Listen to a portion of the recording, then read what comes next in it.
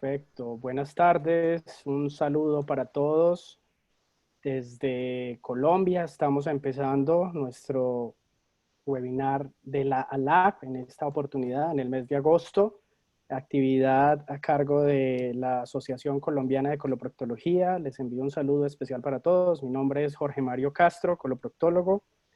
Desde Colombia, los saludamos de una forma muy especial. Queremos dar las gracias a la ALAC por esta invitación en cabeza del doctor Raúl Cutay, de la doctora Luz Céspedes, por darnos esta oportunidad de compartir con todos ustedes nuestras experiencias y volver a reunirnos estos días que nos han alejado, pero nos han vuelto a acercar de otra manera.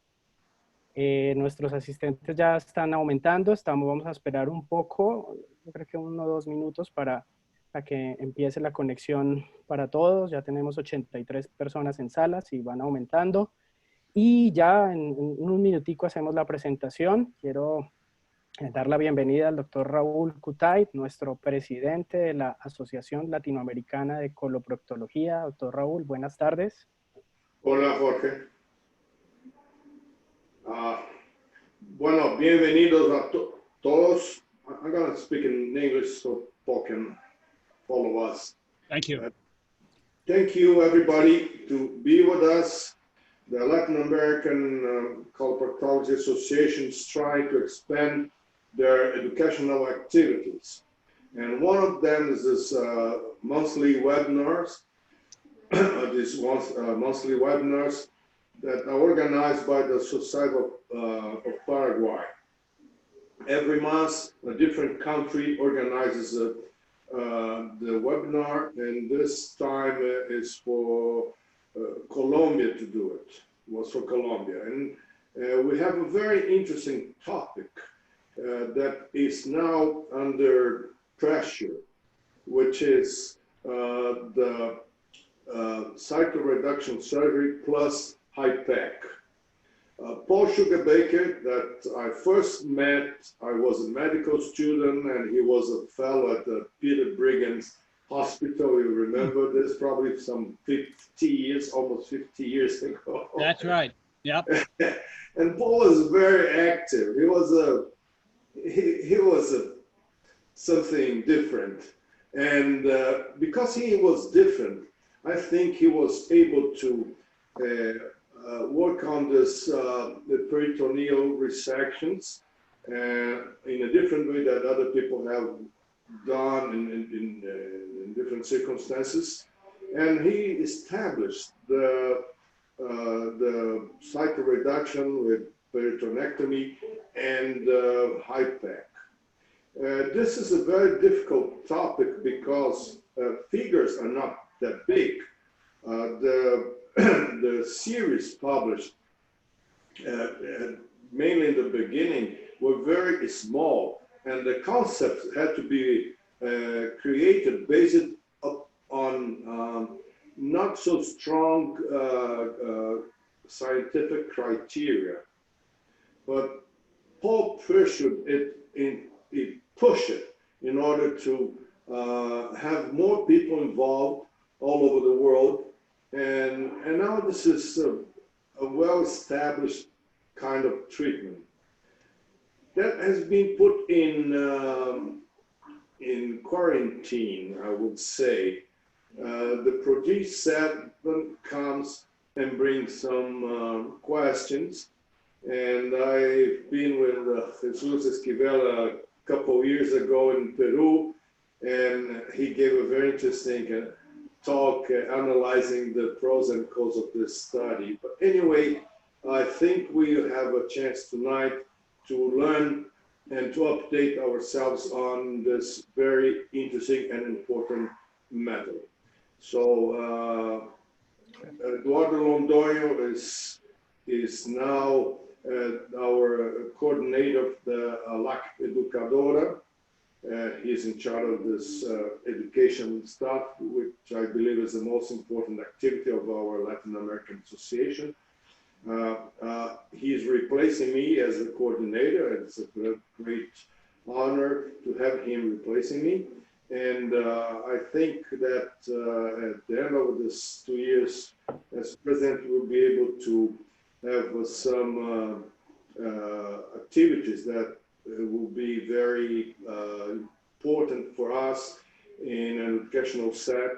And interesting, now with this COVID pandemic, the webinars became very important in medical education.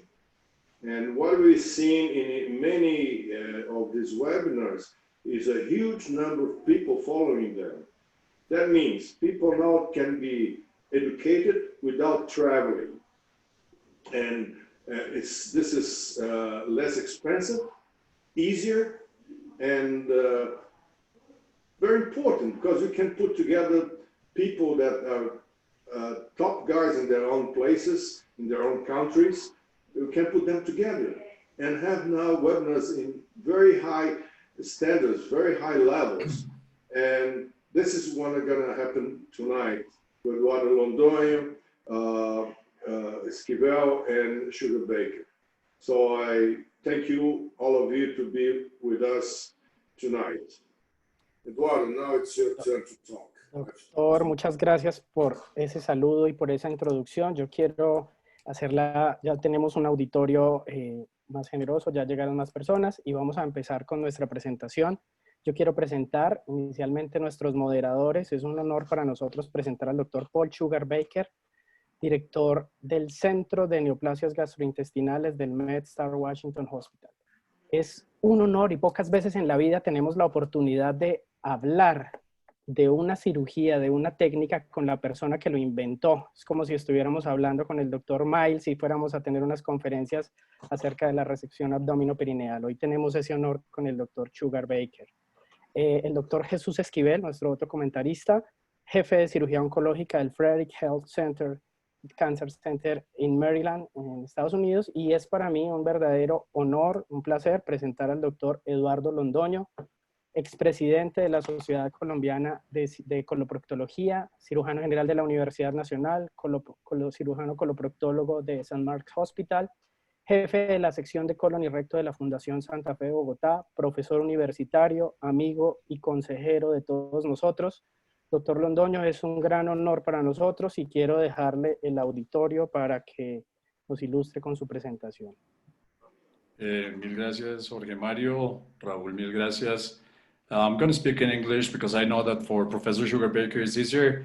It's really a honor for me just to have the opportunity of lecturing today in this webinar. It's really, really a privilege for us to have Professor Sugar Baker and Dr. Esquivel. Jesus, thank you very much for your time. Thank you very much for being with us, because as Raúl just said, I think this is the new way of learning. This is the new way of being together to maintain our bonds.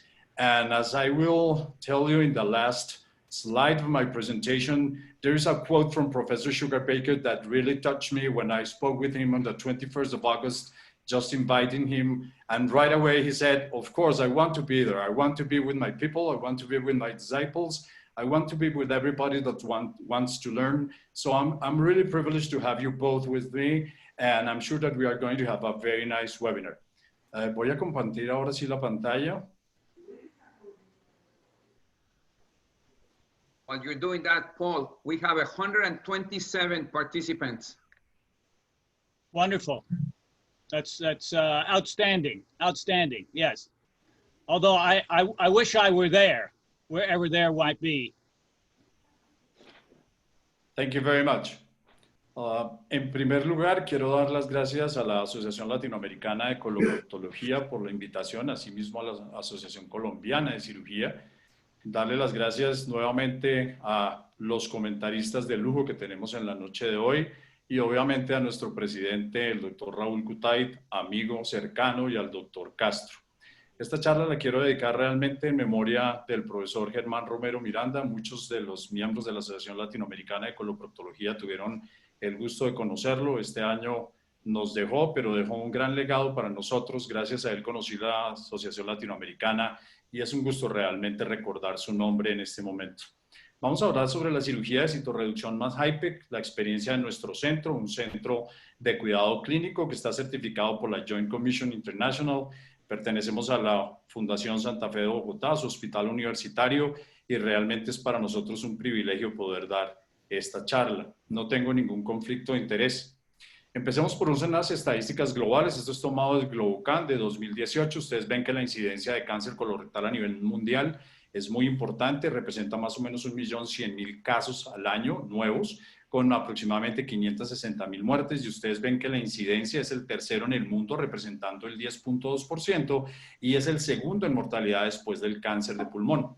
Colombia no es ajena a esta circunstancia.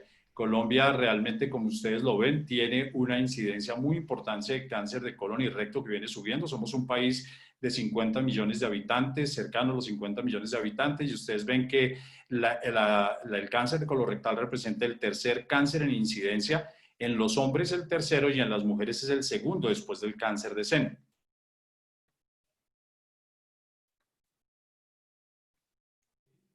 Algo pasa que no pasa la diapositiva. Ya. La carcinomatosis peritoneal por cáncer de colon ha sido estudiada desde hace muchísimo tiempo. Este artículo publicado por el profesor Sugar Baker demuestra cómo uno puede desarrollar dos tipos de implantes. Los implantes de alta densidad, que es en el sitio principalmente donde se hace la ligadura alta de la lesión, cuando uno hace la linfadenectomía o la cirugía radical, y obviamente las células que han sido exfoliadas, que tienen menor densidad y que se pegan a las superficies peritoneales. ¿Qué sucede con esta exfoliación celular? Hay una respuesta con ciertas moléculas y con ciertas características del huésped, invaden el peritoneo, que principalmente en los planos de disección de la cirugía inicial, se producen esos implantes y desafortunadamente debido a la consecuencia de la forma como estos implantes se llevan a cabo, la quimioterapia pues obviamente no llega a actuar a ese nivel. ¿Cómo se desarrolló esta técnica? Desde 1930 inicialmente hubo estudios por MEIS en cirugía por cáncer de ovario. Posteriormente los japoneses en la década de los 70s y parte de los 80s desarrollaron el concepto de la quimioterapia hipertérmica, es decir, del HIPEC, y posteriormente nuestro invitado de lujo hoy en día, el profesor Sugar Baker, desde el fines de los años 70 y posteriormente en los años 80 desarrolló realmente lo que es la técnica de citorreducción. Aquí está la bibliografía, quizás uno de los artículos más interesantes sobre la técnica quirúrgica publicado por el profesor Sugar Baker en el 95, y ustedes ven a nuestro abanderado de nuestro centro de cuidado clínico, el doctor Fernando Arias, mi partner, mi amigo, con quien realmente yo he tenido la fortuna de pertenecer a este grupo, y en el año 2007 viaja a Estados Unidos y se entrena personalmente con el doctor Sugar Baker. ¿Por qué es tan importante la carcinomatosis? Porque los pacientes con el diagnóstico de cáncer colorectal, hasta en un 25% de los casos en el momento en que se hace el diagnóstico, incluso en algunas estadísticas, incluso hasta el 50% hay metástasis en el momento del diagnóstico. 8% de ellas son metástasis peritoneales que pueden ser sincrónicas, 20 a 30% a nivel hepático, y en el seguimiento se sabe que hay una recurrencia de aproximadamente entre el 20 y el 45% de metástasis en un seguimiento a largo plazo. 50% de esos pacientes pueden desarrollar metástasis hepáticas y se cree que menos del 10% metástasis peritoneales, pero cuando se miran los estudios de autopsia, hay estudios en los cuales se ha encontrado que pacientes que han tenido cáncer de colon o de recto puede haber una incidencia hasta el 40 al 80%. Las metástasis peritoneales, en general, aproximadamente un 6% corresponden a cáncer de colon y mucho menos en pacientes que tengan cáncer de recto. ¿Cómo se clasifica hoy en día? De acuerdo a la clasificación de la American Joint Committee de Cáncer en el año 2017, fíjense ustedes que esta clasificación ha cambiado a lo largo de los años y ya aparece en esta última clasificación como un estado 4C, es decir, cualquier T, cualquier N, pero si hay implantes peritoneales, definitivamente ya se clasifica como un estado 4C. Y vemos cómo son las guías de la NCCN que están publicadas en abril del 2020, en donde se considera que la cirugía de citorreducción con o sin la quimioterapia intraperitoneal, como bien lo dijo en su presentación el doctor Kutait, que hoy en día hay algunos pensamientos al respecto debido a las publicaciones recientes que se han hecho, se debe considerar en centros experimentados, en casos seleccionados y como uno de los tratamientos para las metástasis peritoneales, buscando siempre la resección R0, es decir, que no haya ninguna lesión visible a los ojos en el momento en que se haga la citorreducción. Y aquí ustedes ven el índice de cáncer peritoneal que fue descrito y fue desarrollado por el profesor Sugarbaker, en donde se consideran 13 áreas del abdomen y se consideran los tamaños que tenga cada una de las lesiones. Y así se puede dar un puntaje a la clasificación de ese índice de cáncer peritoneal, cuyo máximo es de 39. Y ya veremos por qué tiene importancia el PSI. A medida que el PSI aumenta en ciertos límites, se sabe que realmente estos pacientes no van a tener una buena evolución y que muy seguramente su pronóstico es muy pobre. Un estudio publicado por uno de nuestros invitados, el doctor Jesús Esquivel, 2014, fíjense ustedes, que demuestra cómo cuando se hace citorreducción más terapia intraperitoneal, la sobrevida, la media de sobrevida sube al 62.7% cuando se compara con la mejor quimioterapia que estuviera disponible en este momento, es decir, hace 6 años atrás. Y de allí empiezan a surgir una gran cantidad de estudios como esta presentación de metaanálisis, en donde hay representantes de Suecia, de Holanda, de Francia y de Estados Unidos, en donde se demuestra claramente que la utilización de la citorreducción más HIPEC tiene un efecto sobre la sobrevida de los pacientes. Ustedes ven en estas gráficas, tanto en la superior como en la inferior, como definitivamente hay una tendencia muy clara, estadísticamente significativa, y unas cifras que hablan por sí solas, en donde cuando se compara con la terapia sistémica con quimioterapia, tenemos entre un 19 y un 51% de sobrevida a 5 años en este metaanálisis que les comento. Este estudio de Verwal, que en el momento estaba viviendo en Holanda, demuestra cómo en un seguimiento inicialmente publica en el 2003, posteriormente publica en el 2008, es decir, 8 años de seguimiento, y demuestra cómo después de un rango de seguimiento entre 72 y 115 meses, demuestra cómo el tratamiento estándar comparado con la citorreducción más HIPEC, definitivamente hay una tendencia estadísticamente significativa a una mayor sobrevida. Y aparece el punto que les comentaba anteriormente, la importancia de tener una citorreducción entre una R0 o una R1 como máximo, idealmente R0, es decir, que uno no vea ninguna lesión visualmente. Un R1 es que las lesiones residuales sean de menos de 2.5 milímetros, y ustedes aquí ven clarísimamente cómo cuando uno tiene una resección R0 o R1 hay una diferencia significativa en la sobrevida de estos pacientes con este método terapéutico. Este hecho también fue confirmado por la Asociación Francesa de Cirugía, la AFC, en donde demuestra que cuando se hace una resección R0, la gráfica habla por sí sola y ustedes ven la sobrevida, y aquí se tiene en cuenta lo que les comentaba anteriormente del PSI. A menor PSI, mejor pronóstico para estos pacientes, mejor sobrevida. Ustedes ven aquí que los pacientes idealmente deben estar por debajo de 12 de PSI para obtener este tipo de resultado. Y este estudio de Elías, de Paul Bruce en París, demuestra cómo los pacientes que tienen metástasis peritoneales y son sometidos a citorreducción más HIPEC, se asemeja su sobrevida a aquellos en los cuales se hace resección hepática por metástasis hepáticas secundarias, y ustedes ven que las gráficas prácticamente se sobreponen, y nuevamente insiste en el PSI. Fíjense ustedes que pacientes que tengan un PSI por debajo de 5 tienen un excelente pronóstico, y progresivamente a medida que los rangos van aumentando, pues obviamente el pronóstico va siendo más pobre. Se han desarrollado, además del PSI, otros tipos de nomogramas, como este que fue desarrollado en la Universidad de Eindhoven, en donde se tienen en cuenta varios otros factores. Se tiene en cuenta la clínica del paciente, el índice de carcinomatosis peritoneal por debajo de 10, entre 10, 20 y mayor de 20, y la histología del paciente, si es bien diferenciado, moderadamente diferenciado o pobremente diferenciado, o en anillo de sello, que ustedes saben que confiere una característica de pronóstico mucho más ominoso. Y aquí ustedes van a ver a la derecha claramente cómo esos pacientes que han sido clasificados con ese score, dándose 4 estados diferentes, 4 estadios diferentes, ustedes ven cómo la sobrevida claramente, a medida que el paciente tiene todos esos índices de buen pronóstico, definitivamente es superior. Hoy en día, ¿cuál es la práctica corriente en cuanto a citorreducción y HIPEC? En este excelente artículo, que también lo recomiendo de revisión, en donde están autores que todos conocemos, mi amigo Brendan Moran, el profesor Sugarbaker, en fin, Santiago González Moreno, se ha encontrado que en 430 centros del mundo se hace citorreducción más HIPEC. Se ve como en Suiza es el sitio donde más centros tienen por millón de habitantes, en el que menos tiene es China, y vemos cómo el tratamiento con HIPEC definitivamente en Holanda es donde más tratamientos se hacen por millón de habitantes.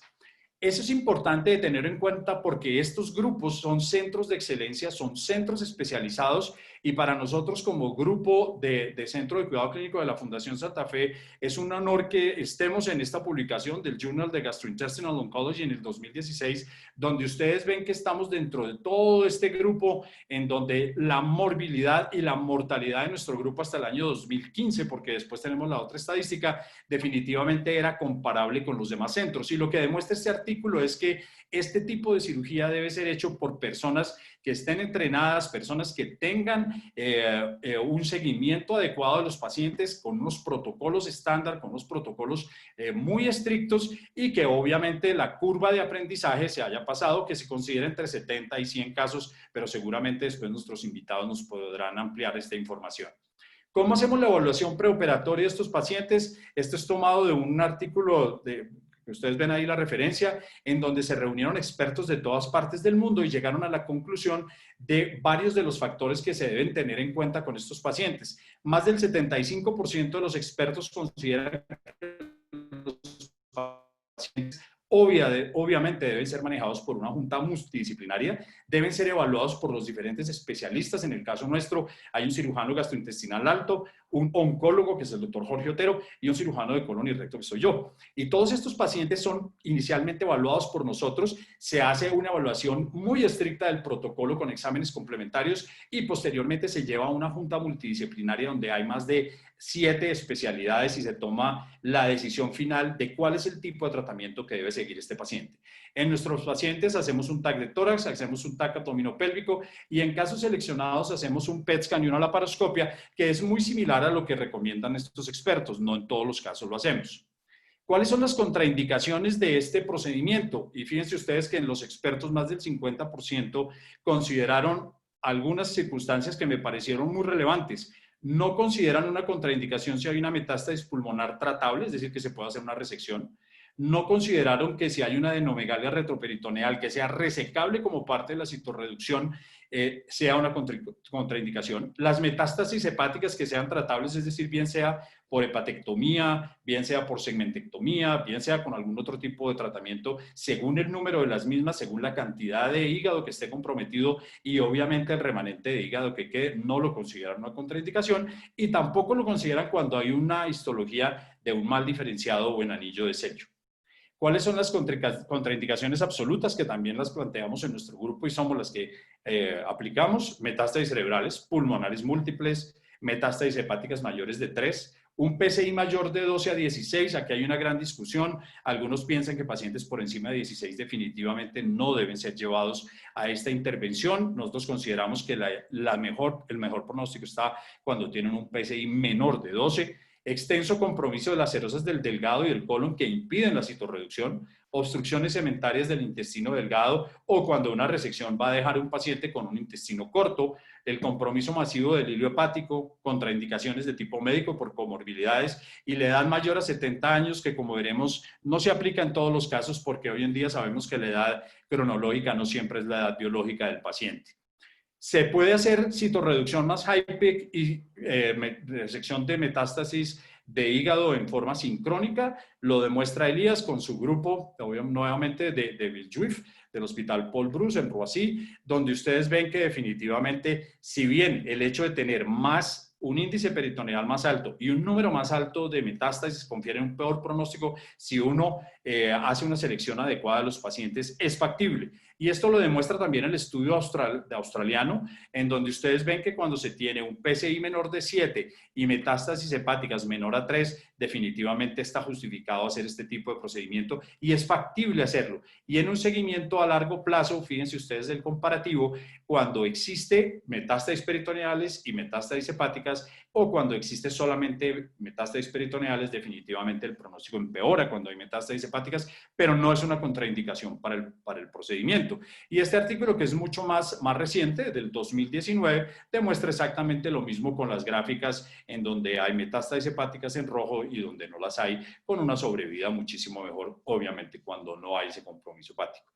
Y surge entonces la pregunta que muy bien planteó Raúl desde el comienzo, y estoy seguro que nuestros dos invitados de honor nos darán luces al respecto. Esto fue una presentación que se hizo durante el Congreso de la Asociación Americana de Oncología, la hizo el profesor Kenneth de Montpellier, en donde el estudio Prodigy 7 realmente lo que buscaba era comparar qué sucedía después de randomizar pacientes que tuvieran metástasis carcinomatosis peritoneal por cáncer de colon y recto, recibían 6 meses de quimioterapia neoadyuvante, posteriormente esos pacientes se llevaban a cirugía y se les hacía una citorreducción y se randomizaban para recibir HIPEC o no recibir HIPEC, es decir, quimioterapia hipertérmica intraoperatoria.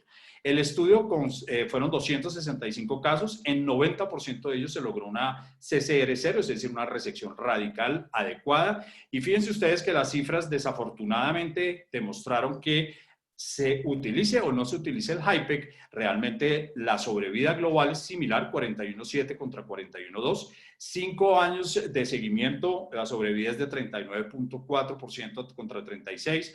La sobrevida libre de enfermedad 13 contra 11 meses y obviamente dependía del PCI, que es muy importante este punto en este estudio porque demuestra una vez más que en pacientes que tengan un PCI menor, definitivamente el HIPEC aparentemente sí tiene una mejor respuesta. Desafortunadamente tenían una mayor morbilidad, principalmente entre grado 3 y grado 5.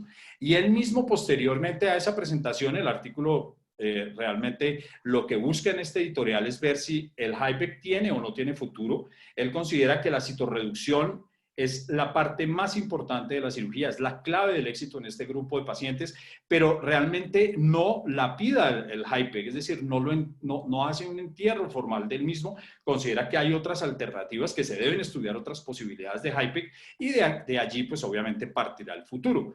Y luego aparece otro editorial realmente por Sealing del grupo de Genten en Bélgica, en donde hace un análisis del estudio, considera que el estudio posiblemente tiene algunas falencias, considera que algunas de los estimativos y de los resultados que él encontró a ese nivel podrían haber sido modificados si, por ejemplo, el punto primario de estudio del endpoint era el efecto del HIPEC no en la sobrevida global, sino si realmente había algún otro tipo de efecto que pudiera estar dando el tratamiento sistémico neoadyuvante que recibieron, considerar otras posibilidades en la administración, bien sea de otro tipo de quimioterapia diferente al oxiloplatino, su concentración, el tiempo de exposición que fue únicamente de 30 minutos, la utilización de la dextrosa al 5 en agua destilada como medio para dar el oxiloplatino y la utilización de diferentes tipos de hipertermia, y hace énfasis quizás en lo más importante que son los estudios translacionales. Esta palabra no existe en el diccionario de la Real Academia de la Lengua Española y realmente lo que quiere decir cuando uno hace la traducción del inglés es simplemente que todo lo que se hace tanto in vitro como en clínica sea posiblemente aplicable a nivel clínico en una escala mucho más alta, más superior, para poder obtener los mejores resultados en nuestros pacientes. El doctor Brendan Moran, que es el director del Instituto de Malignidades Peritoneales o de Enfermedades Malignas del Peritoneo en Basingstoke, muy conocido en el medio de colon y recto. Él es el discípulo amado de Bill Hill, nuestro profesor del plano sagrado, con quien tengo el honor de ser muy amigo desde hace más de 30 años y a quien había invitado también como uno de los comentaristas para esta charla, pero desafortunadamente por una calamidad doméstica no pudo asistir. Personalmente lo contacté y le dije, ¿cuál es tu visión sobre el artículo del Prodigy 7? Y realmente me dio un par de tips y me dijo, le mando más bien el comentario que vamos a publicar en PMJ ahorita en agosto del 2020 sobre ese artículo y sobre la publicación del Prophylaxis, que es otro artículo que vamos a revisar en un segundo, y considera que definitivamente la clave del éxito en este tipo de tratamiento de la carcinomatosis peritoneal por cáncer colorectal es obtener una resección CCR0, tener pacientes o escoger a los pacientes por un PCI menor a 10 y mirar si realmente la mitomicina C es superior al oxiloplatino. Es decir, durante el periodo de tiempo que se lleva a cabo el Prodigy 7, aparecen además otros estudios en cuanto al manejo, lo que se denomina hoy en día proactivo de las metástasis peritoneales, o la prevención, entre comillas, de las metástasis peritoneales. Este artículo es del profesor Sugarbaker, abajo hay un artículo también del doctor Elías de Francia, en donde realmente consideran que hay un grupo de pacientes que se puede beneficiar probablemente de la utilización de HIPEC o de un seguimiento muy cercano con una laparoscopia o con una cirugía en una segunda mirada, en un second look, para evitar o para hacer el diagnóstico rápidamente de metástasis peritoneales y intentar mejorar su pronóstico. ¿Cuáles son ese grupo de pacientes a riesgo? Son aquellos que tienen nódulos positivos en la superficie peritoneal, en los tumores T4, pacientes que tienen biopsias positivas o tienen compromiso ovárico, pacientes que tuvieron una resección que fue una R1 durante la cirugía inicial, probablemente en centros que no son centros de alta excelencia para cáncer de colon. Y esos tres grupos se consideran candidatos para un second look y en ese second look hacer HIPEC. Otros tumores o otros pacientes que también están a riesgo son aquellos que han tenido un tumor perforado, bien sea de manera iatrogénica por la colonoscopia o espontáneamente, citología peritoneal positiva, invasión a órganos vecinos o tumores que han sufrido fistulización, nódulos linfáticos positivos en la margen de sección y la ruptura del primario durante una ruptura de la técnica quirúrgica en el momento de la resección. El consenso de expertos de alto riesgo consideran en un 42% de ellos decían que estaban de acuerdo con hacer HIPEC adyuvante como profiláctico, 42% aceptaban el second look y estaban convencidos que el seguimiento es muy activo con imágenes diagnósticas, pero desafortunadamente las imágenes diagnósticas, como lo vemos en el Profilochip, en el segundo estudio que les comenté, que fue publicado en julio de este año, realmente hasta un 52% de los casos las imágenes fallan, es decir, las imágenes no se correlacionaban con los hallazgos de carcinomatosis peritoneal en el momento del second look o de la laparoscopia. Desafortunadamente, este estudio tampoco demostró que este grupo de pacientes que eran sometidos a ese seguimiento tan estricto y que eran sometidos a un second look tuvieran un mejor pronóstico cuando se hacía el second look. Y aquí ustedes ven las gráficas en las cuales realmente se sobreponen y no hay una diferencia estadísticamente significativa. Y nuevamente, Brendan Moran en su editorial dice que pues, no se encontró ninguna diferencia en la sobrevida global ni en la sobrevida libre de enfermedad. Lo que les comentaba sobre las imágenes, la clave definitivamente considera él es la citorreducción completa en la cirugía inicial y sí considera que en algunos casos seleccionados probablemente se van a beneficiar de ese seguimiento tan estricto. Y oiremos en los comentarios esta discusión que me parece apasionante. El seguimiento en nuestro grupo de las neoplasias siempre se hace por todos los que estamos involucrados, se presentan todos los casos en una junta multidisciplinaria, los pacientes tienen que venir por lo menos 2 veces al año, en el primer año buscamos que sea por lo menos unas 4 veces al año, se hacen imágenes diagnósticas, se hace un seguimiento con antígenos y obviamente según los hallazgos los pacientes se les hace un PET scan o se hace la laparoscopia. Este es nuestro grupo de cuidado clínico de neoplasias del peritoneo. Para comenzar esta presentación de nuestra estadística, quiero darle las gracias en primer lugar a la Fundación Santa Fe de Bogotá, a su hospital universitario, que fue quienes creyeron realmente en el doctor Fernando Arias, a quien le doy absolutamente todos los créditos. Como ya lo decía, en ese momento teníamos de jefe honorario a nuestro profesor, maestro, mentor, el profesor José Félix Patiño, quien este año también nos abandonó.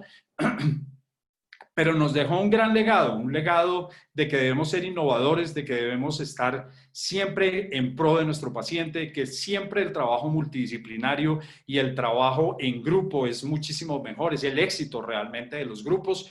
Y ustedes aquí ven fotos muy importantes, la visita de Brendan Moran a nuestra institución, la visita de Jesús, que nos acompaña hoy. En ese momento el jefe del departamento que me había sucedido era el doctor Luis Gerardo García Herreros, quien también creyó en nosotros. La visita que tuve yo el honor de hacer a Basingstoke, posteriormente encontrarnos con el profesor Sugarbaker, después de que presentamos nuestro grupo para que la Joint Commission International nos aprobara.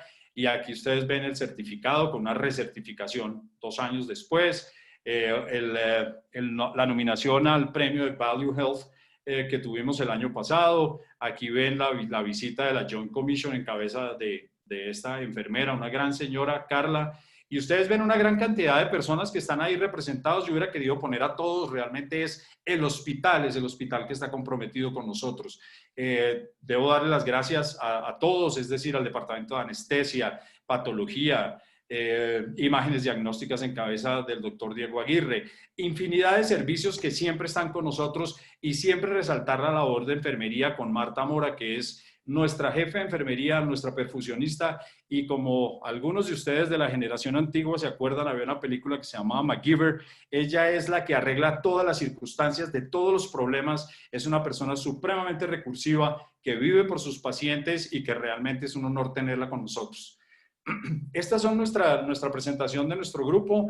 Tenemos 176 procedimientos, porque anoche hicimos uno, pero obviamente solamente tabulamos los primeros 175 en 157 pacientes con una edad media de 51, 78 es la máxima. Aquí es lo que les decía, la contraindicación era mayores de 70, pero hubo un paciente, colega, cardiólogo, que nos exigió que lo operáramos de una carcinoma, de un pseudomixoma peritoneal por un tumor de apéndice de bajo grado, en un excelente estado. En este momento el paciente tiene más de 85 años, sigue haciendo consulta. Ustedes ven el índice de masa corporal, la media es de 24, pero hemos tenido obesos mórbidos. Es mucho más frecuente en mujeres, 73% de la serie, y tenemos ya pacientes, 15 pacientes que han tenido más de una citorreducción más HIPEC, 12 de ellos han tenido 2 y una paciente ha tenido 3 citorreducciones más HIPEC. Este es el diagnóstico histológico. Obviamente el pseudomixoma peritoneal es mucho más frecuente en tumores apendiculares, más del 90% son tumores de bajo grado. Cirugía de pacientes con cáncer colorectal, una serie muy pequeña, solamente 15 casos, 27 de ovario, mesoteliomas 15, gástrico 4 casos, y hay otros pacientes que han sido sometidos a esta cirugía con otras patologías. El abordaje quirúrgico en el 88% de los casos ha sido por vía abierta. Tenemos 21 casos, 12% de ellos por vía laparoscópica, y tenemos hoy al doctor Esquivel, que estoy seguro que nos va a hablar. Él tiene una publicación, fue la primera que se hizo en el mundo sobre el abordaje laparoscópico. ¿Cuál es la ventaja de este abordaje? Obviamente son casos seleccionados, son casos con un PCI bajo, son pacientes en excelente estado.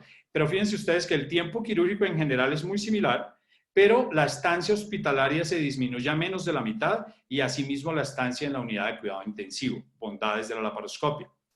Nuestra incidencia de reintervención, 15%. Tenemos una mortalidad a 30 días de 1.14%, 0% en los últimos 7 años.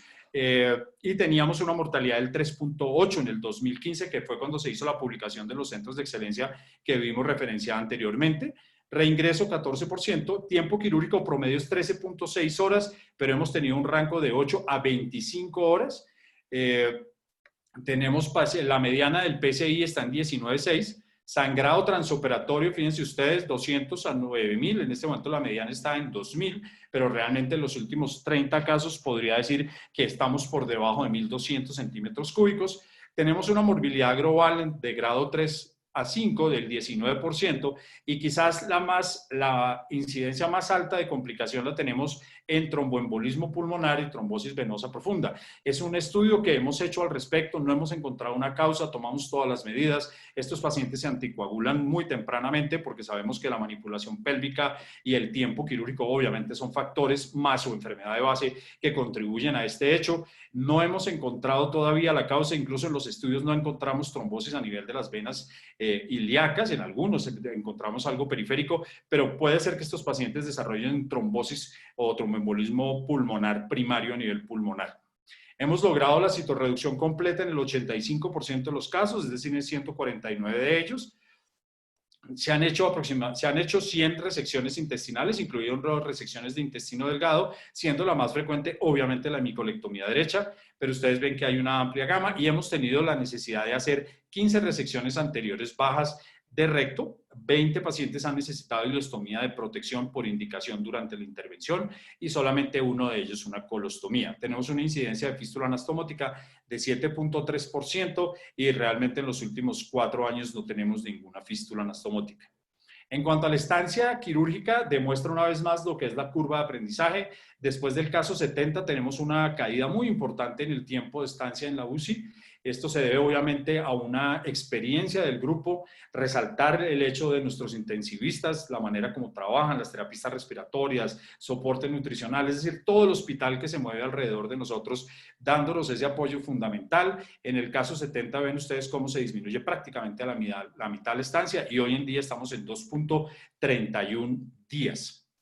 El tiempo de estancia hospitalaria tiene una media de 26.6 días y tiene un rango de 7 a 210 días en una paciente de las primeras que tuvimos con un PCI superior a 30, en quien hicimos la cirugía, tuvimos una fístula y la paciente obviamente estuvo en el hospital, como ustedes ven, más de 6 meses. ¿Cuál es la sobrevida global para todo el grupo? Aquí no está censado todavía por patologías, ya lo vamos a ver. La sobrevida es de 127 meses. Y aquí ustedes lo ven por patología discriminado, lo ven ustedes aquí claramente. El seguimiento más largo, pues obviamente ha sido apéndice, tenemos los de ovario y desafortunadamente tenemos que en cáncer colorectal nuestra estadística quizás es la más triste, porque realmente estos pacientes, a pesar de que los escogemos, a pesar de que son pacientes que han pasado por la junta, a pesar de que tienen factores que pensamos que son de buen pronóstico, no hemos tenido unos excelentes resultados desafortunadamente. Aquí está la sobrevida global en cada una de las patologías: apendicular 108 meses, mesotelioma 78, ovario 63 y colorectal únicamente 17 meses. La mediana de sobrevida libre de enfermedades de 32.8 meses y cuando se hace la corrección para cada una de las patologías, aquí ven ustedes apéndice 54.6, mesotelioma 35, gástrico 15, 14 meses ovario y nuevamente quizás la que demuestra, la que vemos que nos ocupa hoy en día únicamente 12. Nuevamente, antes de terminar, quiero darle las gracias al equipo, quiero darle gracias a la fundación, quiero darle, esta es nuestra fórmula, la que utilizamos nosotros. ¿Cuál es el valor nuestro? Obviamente nuestros resultados clínicos, la experiencia del paciente, todo realmente sin el paciente y centrado en él no existiría, la certificación de la Joint Commission y los costos. La charla, como vimos al principio, está dedicada al profesor Romero, pero la dedicación principal es para nuestros pacientes, para quienes creen en nosotros, para la institución que nos ha apoyado. Esta es una foto tomada el día que hicimos el caso número 100. Ustedes ven acá saliendo todos en equipo, ninguno abandona al paciente. Aquí es una foto de anoche, en época de COVID, estamos haciendo la cirugía. Hemos contado con la fortuna de que la institución ha sido manejada de la manera más adecuada posible, preveyendo todas estas circunstancias, toda esta tragedia que todos estamos viviendo. Y aquí simplemente, pues obviamente demostrar que siempre lo hacemos con nuestros elementos de protección y hacemos con distanciamiento social una vez terminamos la cirugía. Gracias, equipo. Gracias a ustedes. Thank you very much for your attention. Professor Sugarbaker, Dr. Esquivel, all the people around that are hearing me. Obrigado para nuestros colegas brasileños. No hablo portugués. Y esta es el quote que me dijo el Dr. Sugarbaker por teléfono. What I miss the most during this pandemic is meeting my friends from around the world and the opportunity to learn and share our time together. Professor, I think that this is one of the main things that the pandemic has taught us, and I think is that we can be together, although in a virtual way, but we can have all the people that we know, all the people that we've met, all the people that have been training us as you've done with a lot of people worldwide. And it's really a privilege and a pleasure to be with you. And I look forward to hear your comments and Dr. Esquivel's comments as well. And thank you very much once again to being with us. Gracias a todos. Doctor Eduardo, lo felicito por esta excelente presentación que usted nos ha hecho, en la cual nos ha resumido de una forma brillante el estado actual de esta patología y nos introduce a unas controversias muy interesantes y a unas preguntas que seguramente vamos a hacer. Yo quiero darle la palabra a nuestros comentaristas, al doctor Esquivel, al doctor Sugarbaker. Dr. Sugarbaker, you're very welcome to your comments. It's an honor and a privilege to have you here, and please go ahead. All Latin Americans are listening to you. All the discussion, all the comments are going to be in English, so just feel free, please.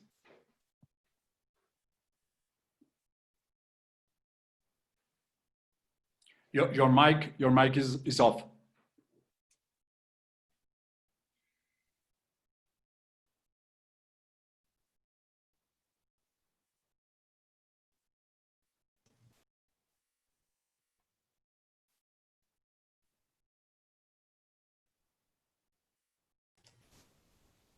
Now, Professor, we can hear you.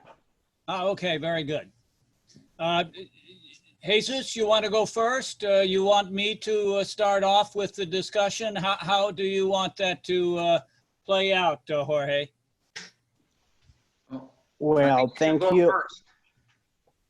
Go ahead. If you Go wanted ahead. to do some comment, it's an honor and a privilege for us to hear you. Well, And we can go all around.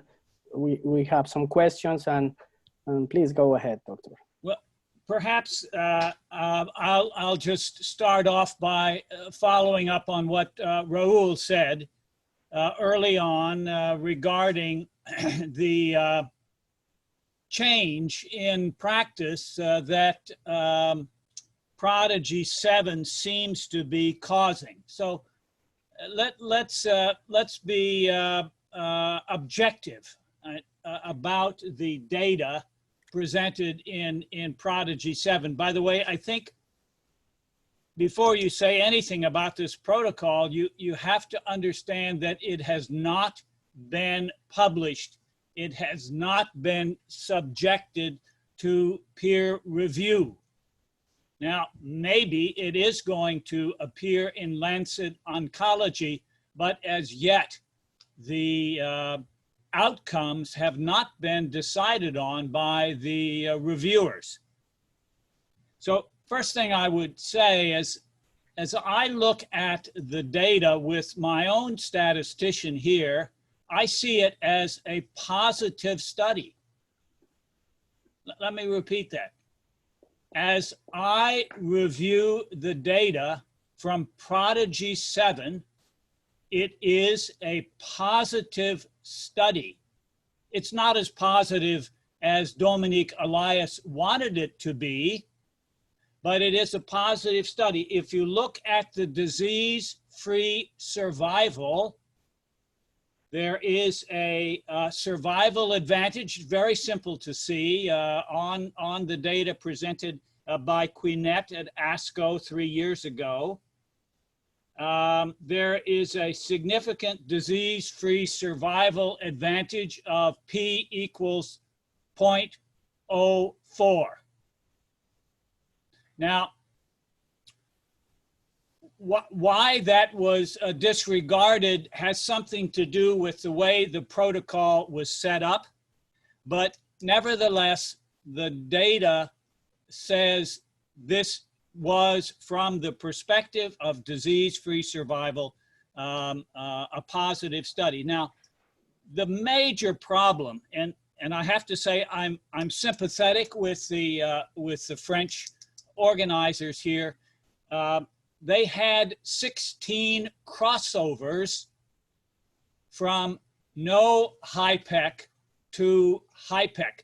That's about 10% of the patients in that arm of the study that underwent a crossover from cytoreductive surgery without HIPEC to cytoreductive surgery with HIPEC. Now, I don't know exactly what to do with those 16 patients, but if you eliminate them from the analysis, you have a 13% survival advantage with HIPEC. Now, that does not meet the qualifications for a positive study as laid out by the organizers. Nevertheless, there is, if you disqualify the crossovers, there is a 13% survival advantage from HIPEC. Now, I have a lot of criticisms of the way that this study was set up. First of all, this is not HIPEC that they used. This is the quick chip, right? It's a quick chip. It's 30 minutes. It's no hyperthermic effects at all in 30 minutes. It's oxaliplatinum in the absence of fluorouracil. Oxaliplatinum is in and of itself a lousy drug. Oxaliplatinum alone is a terrible drug, actually about the same as mitomycin C or doxorubicin in terms of responses. The only way we get to this 60% response with FOLFOX, and we all respect this rather remarkable response rate for colorectal cancer with FOLFOX, the only way you get there is by using a full dose of fluorouracil along with a full dose of oxaliplatinum. So in my opinion, the protocol was destined to failure as it was set off. Now, I am convinced, and Jesus, you may disagree with me on this, but I am convinced that the selection of responders, and if you go through this data, you can see that they were only interested in bringing responders to FOLFOX into the protocol. Now, it's as old a fact as regional chemotherapy is. If you have systemic responses, the effects of local regional treatments are negated. Just look at breast cancer. Okay, we hardly do anything at all surgically for breast cancer because we have now such effective systemic treatments. And what about melanoma? Okay, if you've got a wonderful new systemic treatment, our limb perfusion for melanoma is no longer necessary, very seldom used nowadays. If you take into your protocol systemic chemotherapy responders, the effects of the local regional treatments are markedly subdued. They may not be totally absent, but they're markedly subdued. And by the fact that 41.5 months median survival was seen in this group of 264 patients, says to me they selected for entrance into this protocol chemotherapy responders, and this systemic effect would markedly dampen the local regional effects. Now, I could go on and on about the Propel chip study and how flawed that is, unfortunately, but I'll stop there and see if other people would like to comment. If I may, Paul, I do agree with you in terms of the responders to systemic therapy, because we have seen, for example, in ovarian cancer, that when we do HIPEC on those patients that have platinum resistant, they do have a good response. And I think the heated local regional delivery of cisplatinum is able to overcome the systemic resistance. So I think you're absolutely right. And what is your personal view, Jesus, about the Prodigy 7? Okay, so like Raul said, when I first made a comment, I congratulated the French twice. They won the World Cup at that time, and they were also able to carry out a study that was very difficult. But if you talk to them, you know, having a beer, you know, at the end of the day, the trial was a trial that was designed by medical oncologists. It needed to be done that way, and because everybody wanted oxaliplatin, not because they said, oh, this is the, you know, we have the data to support the use of oxaliplatin. So I think that just like anything else, we have learned a lot from that study, but by no means one study is going to make or break what happens with HIPEC. If it was positive, it would not have been also just say, oh, okay, this works, and therefore now everybody gets HiPEC. You can also analyze it that there is a 15-day difference between the two groups. And if you have, like you normally have in medical oncology trials with 3,000 patients, the p-value would have been positive. Yes. You know, to achieve in pancreatic cancer, it was only 14 days improvement, and the p-value is 0.003. So, I mean, there are a lot of things, but in summary, I think that it was a very good first effort. As Dr. Sugarbaker mentioned, the study has not been published, so that's a very, very concerning sign. And I don't think that I have heard that they stratify patients based on histology either. And also, there were 18 centers that participated with very different levels of experience. And as you show on your presentation, your 100 HiPEC is very different than your first HiPEC.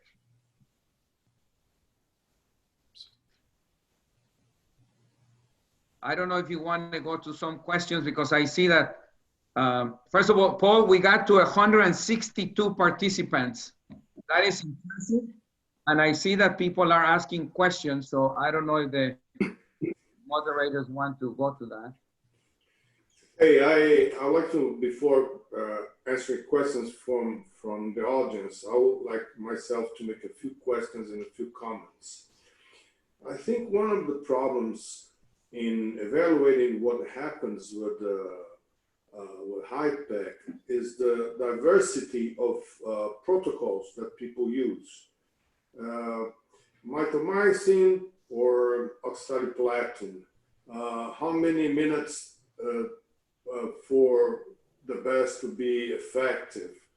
And many publications are with the small numbers and just series. It's difficult to put A1 advice for this type of studies. And again, we have to stratify. It's very clear that we have to stratify results based on the old classification that Paul invented, the PCI. So it's basic. It's a basic concept.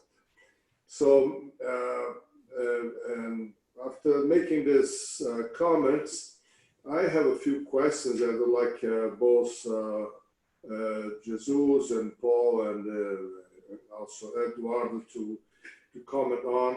Is more effective chemotherapy, more or less immunotherapy. Is it time to replace HiPEC?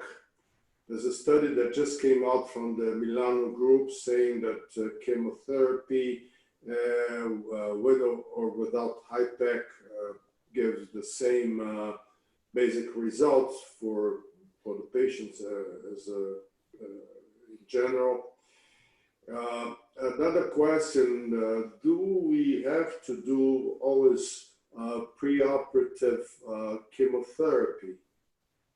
And then patient goes to cytoreduction and HiPEC, or do the patients or a special group of patients can go directly to surgery and then get some chemotherapy if necessary? And my third question, is there enough data to suggest prophylactic HiPEC for high-risk patients? These are my three questions I'd like you guys to comment on. And then we can open for the audience. Jesus, would you go ahead at this point, please? Sure. So I think the first question was about chemotherapy, or, you know, I want to bring to your attention that it's been about 16 years since the last time that we have a chemotherapy drug for colorectal cancer. As far as I know, oxaliplatin, we have not had any other cytotoxic chemotherapeutic agent. So I do believe that the future is going to go on the direction of other types of systemic therapies. But I think that the main problem that we have, and this kind of ties to your second question, whether we should do some neoadjuvant therapy or on those good risk patients, we should do surgery first. The problem that we have is not necessarily that whether the HIPEC, how it should be delivered. The problem that we have is that we have maximized the surgical treatment of peritoneal carcinomatosis. Paul, 25 years ago, put it all together in a very comprehensive surgical approach to obtain a complete surgical response. And what we fail is that we need other therapies that will help us maintain that complete surgical response. You know, it's not like pancreatic cancer that you take out the pancreatic tumor and then the patient comes back with liver metastases. Patients with peritoneal carcinomatosis from colorectal cancer, they die from bowel obstruction from recurrence of the peritoneal carcinomatosis.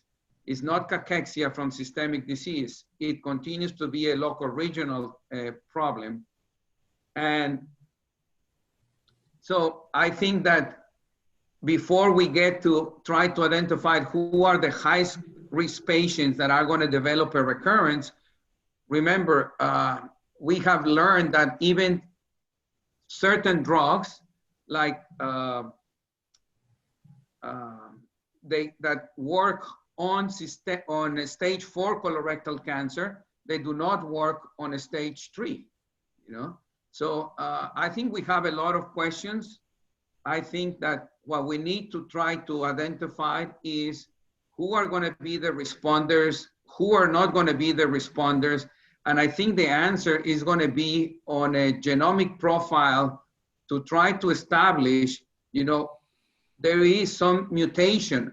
Even for those appendix cancer with a low-grade mucinous tumor, if you have a SMAD4 or a SMAD2 mutation, we know that those patients are going to have an outcome that is not what you would expect. What Paul used to call the pseudomyxoma. We all have seen it. Under the microscope, it looks like a pseudomyxoma and clinically behaves like colon cancer. And the answer is not that people are bad surgeons or that HIPEC is a bad treatment. I think that the biology of the tumor is what's going to determine. And to put all together, since we're not going to have too much opportunity to make comments, I think the future is MRI to avoid ionizing radiation, minimal invasive surgery. I could show you my new assistant now is the newest robot. And most importantly, learning about the biological behavior of a tumor before you do anything. So I think that we're going to see a lot more of laparoscopy being done, study the tumor as much as you can, and then determine the right sequence of all currently available treatments. With that, I'll pause.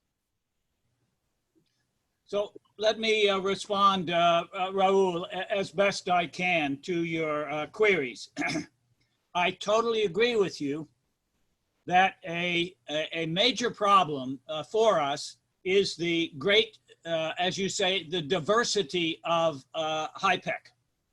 And the SOGI is working hard to come up with a international recommendation for colon cancer, for ovarian cancer that's platinum sensitive, for ovarian cancer that's platinum resistant, et cetera.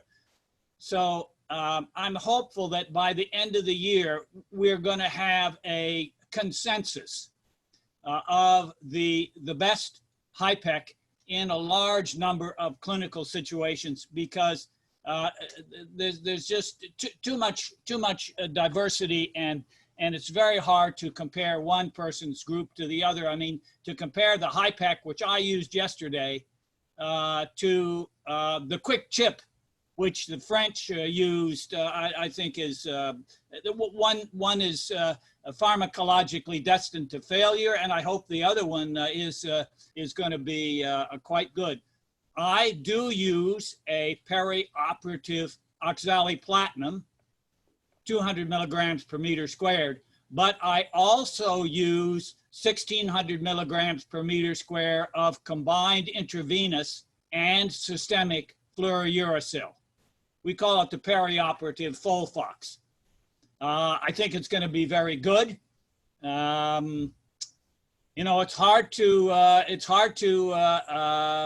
number one, get the phase 1 and 2 studies going, and then lo and behold, then comparing this perioperative FOLFOX to other regimens. That's going to require some real collaboration. Now, what about the second question was, who should be treated with CRS and HIPEC straight up, and who should then go to neoadjuvant chemotherapy? Well, I think we've worked that out pretty well with gastric cancer. The very low PCIs, PCI of 7 or less with gastric cancer, those are good patients for CRS and a intensive HIPEC.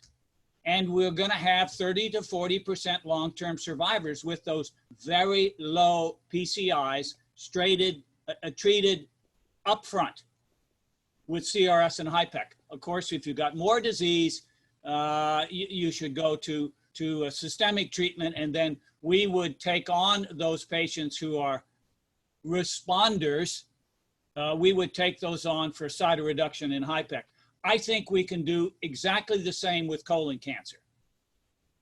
Those people who have low PCI, 15 or less, they should go straight to CRS and HIPEC. That's my opinion. If it's higher, then they should have an intensive neoadjuvant chemotherapy. And then if it's reasonable, if it seems reasonable with further workup, and maybe laparoscopy is important in that situation, they can go to CRS with not oxaliplatinum after FOLFOX. For heaven's sake, how can you use a neoadjuvant chemotherapy, create all the drug resistance in the world, and then use the same drug as HIPEC? It blows my mind. If you're going to use a large amount of FOLFOX, then go to mitomycin C, which will still have some activity in that situation. So remember, Raul, that the PCI in the Prodigy 7 study was only determined after 6 cycles of neoadjuvant chemotherapy. We have absolutely no idea what the PCI in this 264 patients was prior to neoadjuvant chemotherapy. Their median PCI could have been 20. The whole study could have been flawed from the beginning because we have no idea what the PCI was prior to neoadjuvant chemotherapy. Our PCIs in that study are totally after the fact. Now, what about prophylactic HIPEC? I still use prophylactic HIPEC. If I have a primary colon cancer, a T4, a patient who has minimal margins of excision, if there's multiple positive lymph nodes, I'm going to treat that patient with a very aggressive primary colon or rectal cancer resection, and then I'll do a chemotherapy washing. Now, I wish I had a good data.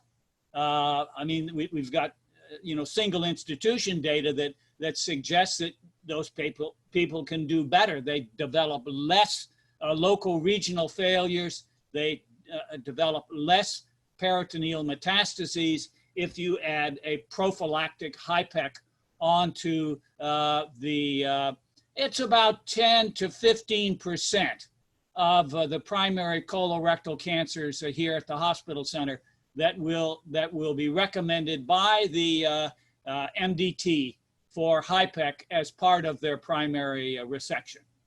So I hope that's answered your three questions.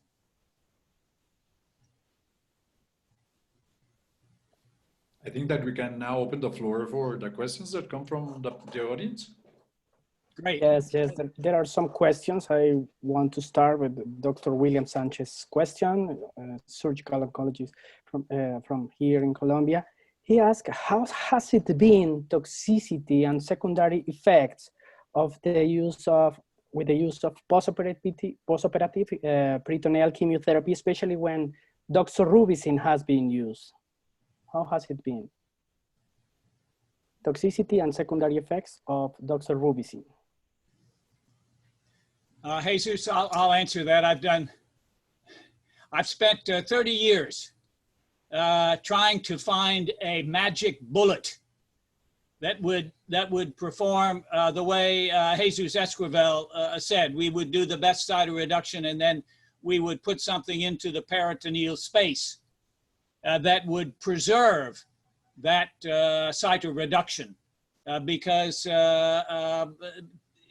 absolutely right. The patients with peritoneal metastases, they succumb not to systemic disease, but the great majority of them succumb to local regional failure. So a large number of our protocols, the protocol for gastric cancer, does utilize a small dose of doxorubicin, 15 milligrams per meter squared.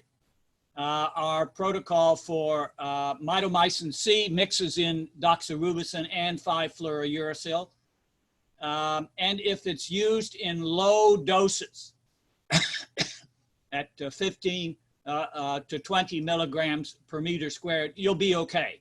If you start escalating, as in the early studies in ovarian cancer with doxorubicin, you'll get into big trouble with peritoneal sclerosis.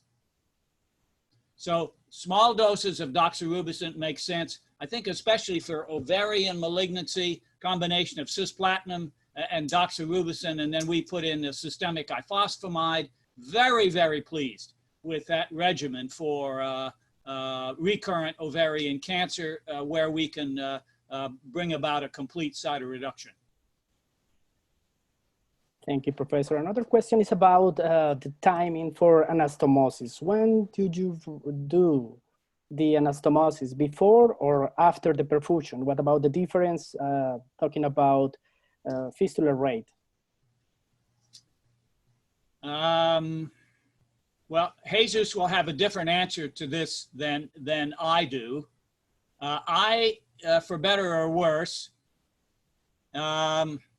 use the open HIPEC technology or methodology, which means I have the opportunity for doing the best cytoreduction that I can, then elevating the skin edges and using what we call Coliseum technique with manual distribution of the hyperthermic intraperitoneal chemotherapy. After the 90 minutes, if it's mitomycin C, we use 90 minutes. We would then perform the anastomoses. And our fistula rate is extremely low. I mean, I just did a low anterior resection without a diverting ostomy yesterday, along with the right colon resection. And that patient got a blistering dose of intraperitoneal oxaliplatin with 5-FU. So you're always very humble. You're always very humble. But I would think that the fistula rate is probably not much different with HIPEC either before or after the intestinal anastomoses. I used to do the closed method. I used to use the EPIC. I had quite a few suture line recurrences, about a 10% rate. And with that statistic, I switched to the open technique with anastomoses afterwards. So Thank I don't disagree with it's funny, Paul, you say Jesus is going to disagree. So no, you know, the esophagojejunostomy and the vagina, of course, you have to close that before you do the heated chemo. But I also do the anastomosis after the HIPEC, but I do use the closed technique. You know, we can spend 1 hour debating that. I don't think that anybody has been able to demonstrate that one method is better than the other. Having said that, I think in the United States, now the state of California has legally prohibited the open Coliseum technique. That's what I've been told. And I don't think that other than Paul, anybody else, I think Jan Franco was the last one that was using the open technique in the United States, and now everybody uses the closed method. So, you know, you have to do whatever you're allowed. Whether you should do the anastomosis before or after, I think that if you go to Europe, you'll find that the French do it before, the Germans do it too, the Spaniards do it after, and so you're going to have a lot of opinions, even within the same center. In our center, all the low anterior resections of the rectum, they are always protected with a loop ileostomy. And that remembers me of my professor, John Nichols, when he was asked if when he did the pouches, he did a protecting stoma, and he said, not in my first 400 cases. So that means that in our experience, even though we do have experience and we do have 175 procedures, I think that we are very far away from Professor Sugarbaker's experience, and we protect all our low anterior anastomosis. Okay. Eduardo, I wish we could get together in the operating room and I could show you the double layer technology.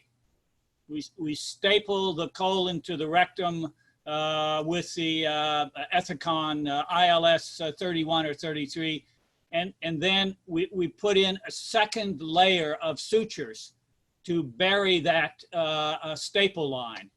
And if that goes well, and we've published this, I've published the first 60 patients, I don't think you need to do, because of HIPEC, you don't need to do a diverting ostomy. Now, this is not with a low resection for rectal cancer. That's a totally different situation. That's different. This is with a nice transection through the middle of the rectum and a second layer of sutures. And it seems to work. I mean, 2-layer intestinal anastomoses are very safe. And a 2-layer colorectal anastomosis is also very, very safe. Thank you. Thank you. Another question from our colleague, Dr. Ingrid Mello. She's asking, what is the role of the PIPAC before HIPEC? Is that beneficial for patients? Are different indications, PIPAC, HIPEC? Maybe Jesus, I don't know. Neither Paul nor I have experience with PIPAC. I don't think has been used in the United States.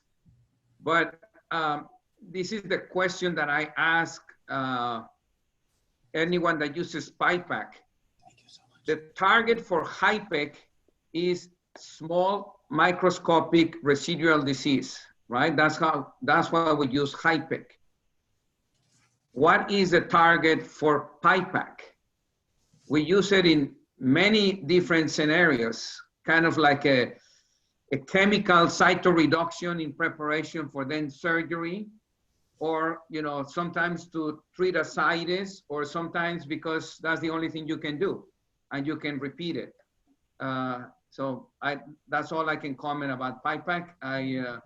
I know that there are a couple of groups in the United States that are trying very, very hard to bring that technology to here.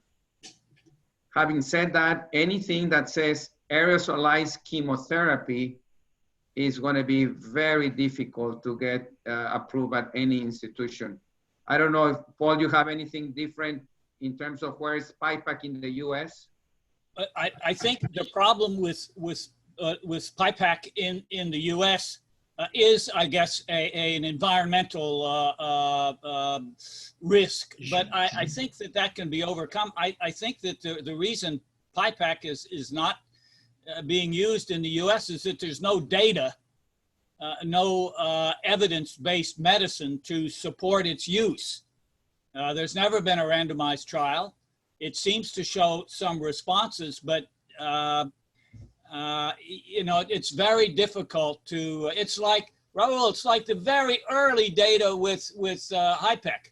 It's just a lot of single institution studies that suggest that PIPEC can be of palliative benefit with patients who don't have other treatment options, say with gastric cancer with peritoneal seeding, or with ovarian cancer with peritoneal seeding, or even some colorectal patients. I hope that PIPAC works, but I mean, it would be a nice addition to our armamentarium for dealing with peritoneal metastases. But there's really no strong data to support it. But I think it's a very clever idea, and I would, if it were available to me, I probably would, in a very carefully studied situation, I would utilize it. I don't know if in the audience is Javier Delgadillo, who is a surgeon that lives in Switzerland, and he's from Bolivia. He's one of the members of our association. I don't know if Javier is in the meeting. I don't know if he's available now, but I know that he has had a lot of experience, and he's the one that's working with PIPAC in Switzerland, and I think he has good numbers. Yeah. Okay, I think we're getting close to the end of this meeting. I would like to have a final comments from Dr. Londoño, Dr. Cotay, Dr. Esquivel, and Dr. Sugarbaker. First, you, Professor. You want me to go first as a summary statement? Well, thank you all very much for getting us together. What can I think of as some sort of a summary statement? Let's see. I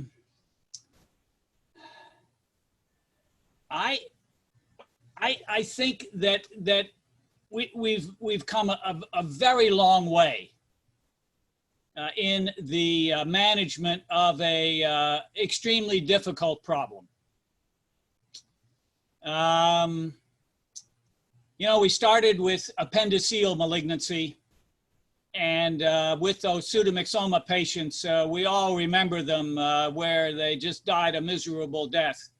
And 70% of those people are alive and well now with 20-year follow-up. I mean, that's a spectacular treatment innovation for appendiceal malignancy. You know, thanks God for Prodigy 7.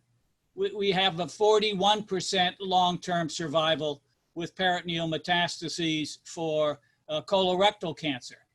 Who ever heard of such a thing? Double what you can do with systemic chemotherapy alone. So cytoreductive surgery really does work. I think that the next big advance is going to be with ovarian malignancy, with complete cytoreduction of ovarian cancer, which is something that is rarely sought. Few centers trying to do complete cytoreduction with ovarian cancer, but we're really trying hard to involve our gynecologic oncology colleagues in this concept of complete cytoreduction. And I'm convinced that we have drugs there with ovarian cancer. We have cisplatin, which is a spectacular drug, probably the single best drug for use within the peritoneal space is heated cisplatin. But we don't only have that, we got intraperitoneal Taxol. Spectacular results with the palliative treatment of gastric cancer with peritoneal metastases with long-term intraperitoneal Taxol. So we've got drugs in the patients with ovarian cancer that tell us that we should be able, with complete cytoreduction, that we should be able to achieve some great successes. So I see this field as moving along with great vigor. I don't see that Prodigy 7 has stalled our activity. I think it's given us a challenge. Jesus. Okay. So first of all, congratulations. It's amazing, you know, your experience of 14 years. If you think back, what was happening to all those patients 20 years ago, you know, they were just sent home to die. So we don't have anything to offer. And so these are very exciting times. We are starting to learn, you know, how to ask the hard questions. And I think that those answers are going to come in due time. And I think, in my opinion, I look forward to the day that our understanding of the biological behavior of each individual would allow us to use neoadjuvant cytoreduction and HIPEC, and then use other therapies to maintain that complete surgical response. And so it's an interesting concept. Neoadjuvant cytoreduction, you know, is not neoadjuvant chemo. It's going to be take it out and then find a drug that's going to keep it from coming back. Thank you. Yes, I agree entirely. I think that all the work that's been done in genetics and from the pathological point of view, I think is going to give us the answer. Although I think there are still some years to go to follow, but the main thing that the takeaway message is that being innovative in surgery, as Dr. Sugarbaker has been, and just doing the world, working very hard in order to the world to know his figures, to know what he developed, and the way that we are seeing right now these patients, I think has been something that's remarkable. I think that's something that really changed the life of all of these patients, because as Jesus said, all these patients were sent home and with no palliative even therapy. So I do think that that's the main thing. And I think that we have to continue looking forward for these advances in surgery, in oncology, in genetics, in pathology, in imaging, in different ways to follow up these patients in order to just make the diagnosis as soon as possible, and just to give the patient the best possibility of treatment. Thank you very much once again to the Latin American Society of Colorectal Surgery, to the Colombian Association of Colorectal Surgery, to Professor Sugarbaker, to Jesus Esquivel, to Raul, to Jorge, to everyone. I think that I've been very pleased with the meeting. It was really an honor to lecture and then hear these big guys. I mean, these big leaguers. Professor Sugarbaker, you are number one, and I mean, I'm really honored and I'm really flattered to have you here, and to see that Jesus, who helped us a lot when we were just beginning, he came down from the States to Bogota. He spent a week with us. It was a magnificent week. I still remember everything, just around the table, having a beer, just things that unfortunately we can't do now. But we look forward, and I think that we are going through this tsunami, as I've called it, and I think that we are going to have good times once again. Thank you very much indeed. I just want to thank you, all of you, and it was a great meeting. And Paul, I want to congratulate you for pioneering a new effective treatment for peritoneal carcinomatosis. Many things have been done, but there's a lot to do already. And I think in the future, we need people to work together and work in very few protocols instead of each one doing his own stuff. It's a problem to have papers based on only dozens of patients. It's really tough to give them all the credit that may have. And every time we do something, we learn something. We're opening not windows, but we're opening doors for learning more and more and more, and to create more and more and more. I think in the future, we're gonna have the precision medicine helping us, telling us what kind of patient needs what. And so it will be interesting to be together in another 5 years and discussing this very same subject among us. Thank you, everybody. Thank you very much. I enjoyed very much this meeting. Lastly, I just want to thank the Paraguayan Society of Colorectal Surgery, to Luz Céspedes, to Ingrid Melo, to all the people that made a great effort and a great job just to put us together. Thank you again.